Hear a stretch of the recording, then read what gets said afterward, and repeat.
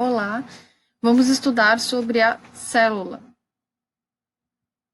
Então, nesse estudo, nós vamos ver que a célula é a unidade que forma todos os seres vivos. Então, nós vamos observar nessas imagens, né, três tipos de célula. A primeira imagem à esquerda seria um tipo de célula animal, né, no qual está ocorrendo uma divisão em que uma célula dá origem a outra célula. Isso a gente vê, no caso, a recomposição, né, de células que aos poucos vão sendo perdidas e vão sendo colocadas outras no lugar. A segunda imagem, uma célula vegetal, né, mostrando algumas estruturas, parede celular, membrana plasmática. E na terceira imagem, células que formam as bactérias. De diferente que nós vemos, a bactéria é formada por uma única célula, já os animais e as plantas por várias células. Bom, sendo essa a formação básica de todos os seres vivos, a gente diz que a célula é uma estrutura básica da vida. Nós temos ali dois tipos de células, né? Caso a primeira imagem à esquerda é uma célula animal, claro que é um esquema geral, né? Pensando no nosso corpo, né, dos seres humanos, cada parte do nosso corpo é formado por um tipo específico de célula, por isso a gente é diferente, né? Em relação à pele, é diferente do osso, dos cabelos, depois mais por dentro do corpo, dos neurônios, né? Então, cada parte do nosso corpo, ela é diferente. E aí a gente vai ver vários tipos de células, mas o que tem em comum? Todas são células de animal, né? Então, basicamente, todas vão ter um material genético dentro, que vai identificar quem somos. Vai ter outras estruturas que fazem diversas funções na célula. E vai ter a membrana que protege o que tem dentro da célula daquilo que está fora. As plantas, elas também possuem material genético, que vai identificar o nome da planta, né, quem eram os seus ancestrais, enfim, daí vai, com isso, assim como os animais, identificar a espécie, né. Vai ter outras estruturas dentro da célula que vão fazer diversas funções para a célula se manter viva. Vai ter a membrana plasmática, né, aquela estrutura que vai proteger aquilo que está dentro da célula daquilo que está fora. E é uma coisa diferente que as plantas têm é a parede celular. Então, uma camada a mais em volta da membrana que protege a planta. Essa proteção é bem importante, tendo em vista que as plantas elas não se movimentam com deslocamento, né? Diferente dos animais que podem percorrer diversas distâncias. Então, essa proteção a mais é bem interessante. Aqui mais outros tipos de célula, né?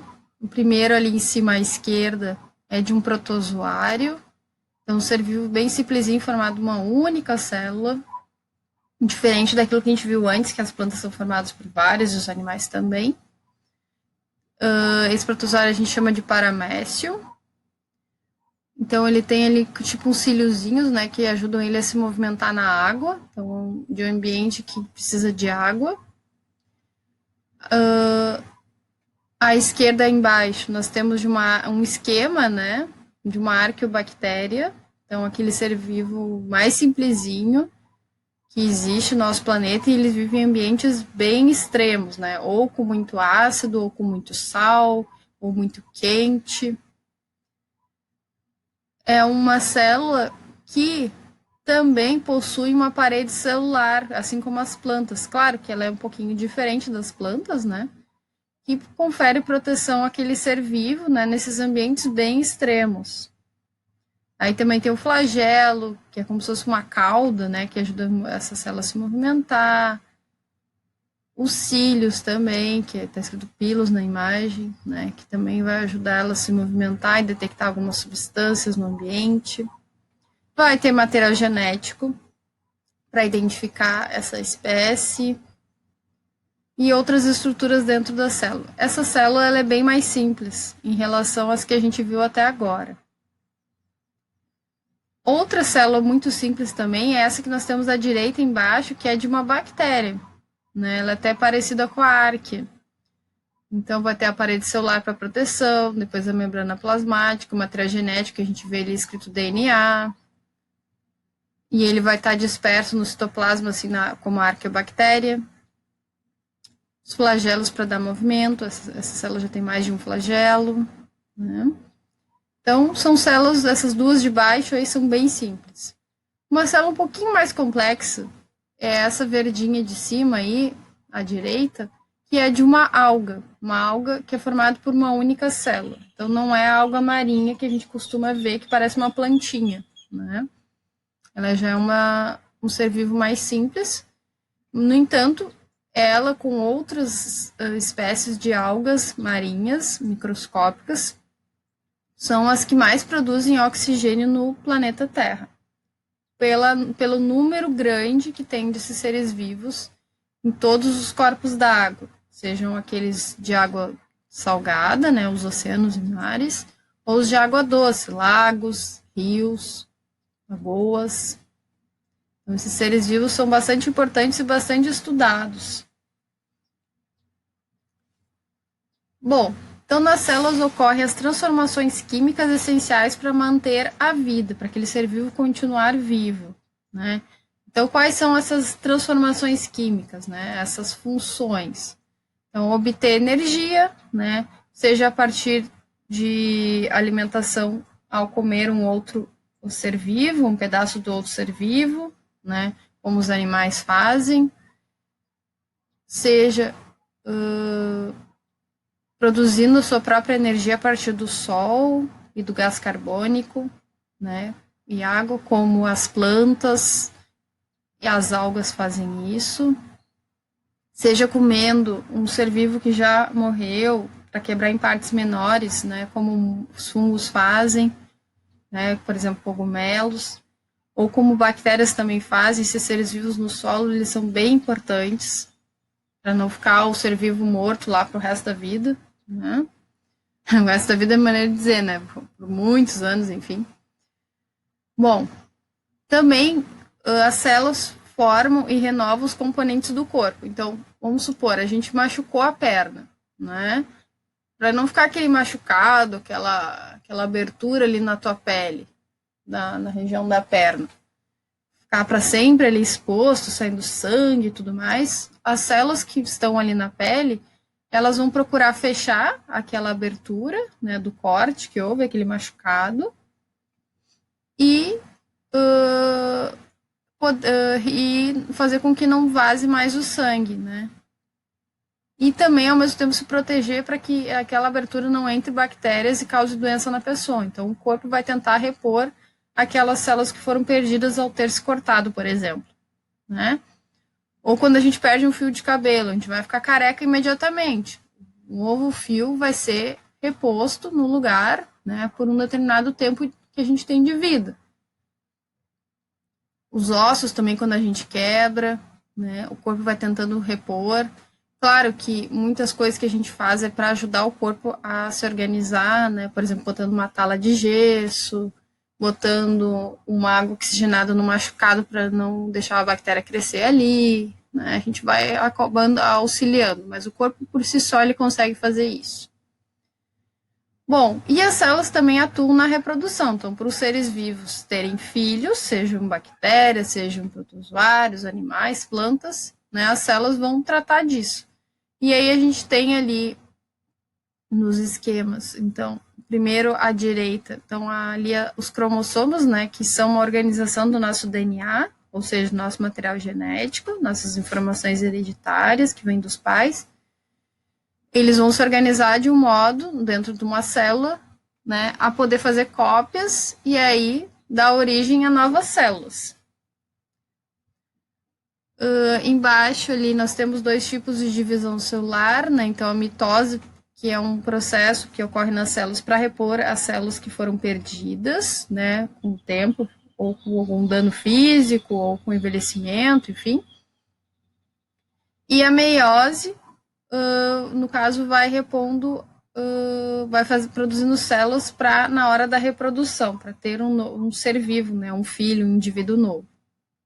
Aí tem que ter uma mistura genética, né, de DNA e tal, para poder dar diversidade. Senão nós animais, né, sermos exatamente iguais aos pais. Não, a gente tem algumas diferenças. Bom, e ali à esquerda é a mitocôndria, né, uma estrutura que tem nas células que está ligada à função de produzir energia para aquele ser vivo. Bom, dependendo da quantidade de seres vivos, ou melhor, de células que formam os seres vivos, nós temos os unicelulares, uma única célula, esse ser vivo formado, o uni de um, né, o único, e pluricelular formados por mais de uma célula. Então, um exemplo, nós temos a ameba, né, ou amoeba, como está ali, que seria um nome científico, que é um ser vivo formado por uma única célula, é um protozoário bem simplesinho, né, que vive em ambientes com bastante umidade.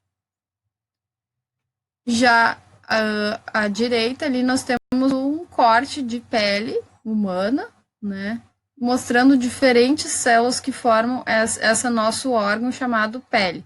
Então tem ali o extrato córneo, que são as células mais externas, né, que é aquela que a gente consegue visualizar.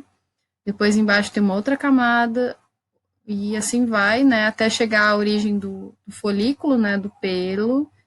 É ligado a nervinhos também, por isso que a gente sente dor se puxar o pelo, ou liseriça quando a gente está com medo, surpreso, enfim.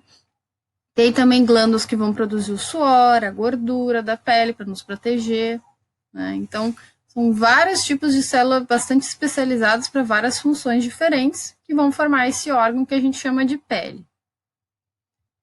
Bom, a célula foi descoberta a partir de a invenção de um microscópio, né, no qual o inglês Robert Hooke ele fez um corte de uma cortiça, né, que é a parte da casca de algumas árvores, como se fosse aquilo que é composto as rolhas, né? E ele observou no microscópio e viu que tinha várias, vamos dizer assim, tijolinhos que formavam aquele pedaço de casca de árvore, todos iguais. E aí ele denominou de célia. E claro que depois, isso em latim, né? Depois a gente foi chamar de célula, que seria uma pequena salinha, né? Celinha, que compõe cada ser vivo. E claro, depois ele começou a observar outras partes de outros seres vivos. O que a gente vê de importante nisso? Que as células, para se estudar elas, a gente precisa de um objeto que aumente o tamanho delas, pois elas são bastante pequenas. Bom, e aí então nas células vivas, né, além da estrutura externa que limita o espaço da célula para não ocupar um universo inteiro e sim aquele espaço específico, tem também dentro dela um material gelatinoso que contém outras estruturas, né, e cada uma delas possui uma função. Não vamos ver os detalhes disso, pois vamos estudar mais adiante nos anos subsequentes. Bom, e a teoria celular? Então, uma teoria formada por 3 cientistas que identifica aquilo que é uma célula, né? Então, o Matthias Schlein, ele diz que todas as plantas são formadas por células, o Theodor Schumann diz que todos os animais são formados por células, e Rudolf Virchow disse que todas as células se originam de células pré-existentes. Veja que essa teoria veio bem depois da descoberta da célula. Então, durante vários séculos foi se estudando o máximo de células possíveis para poder chegar a essa conclusão. Bom, todo ser vivo, então, é composto por uma ou mais células, vai depender do tipo de ser vivo, se ele é uni ou pluricelular, né? E a célula é a unidade estrutural e funcional de todo ser vivo. Então, é a base que forma qualquer ser vivo e que mantém determinadas funções para fazer com que aquele ser vivo possa sobreviver. Aqui nós temos um esquema que a gente já viu um pouco antes, né, de célula animal, e é um pouquinho diferente da vegetal. A vegetal também, se vocês forem verificar nos alimentos, né, principalmente nas folhas verdes, alface, couve, tem bastante água. Então, as células vegetais, uma característica é acumular bastante água. Aquilo que ela capta do solo, ela armazena na célula para fazer suas funções. E isso é simbolizado por aquela estrutura azul ali, essa bem grandona que é chamada vacúolo. Isso é uma coisa bem diferente em relação aos animais que têm menos água armazenada.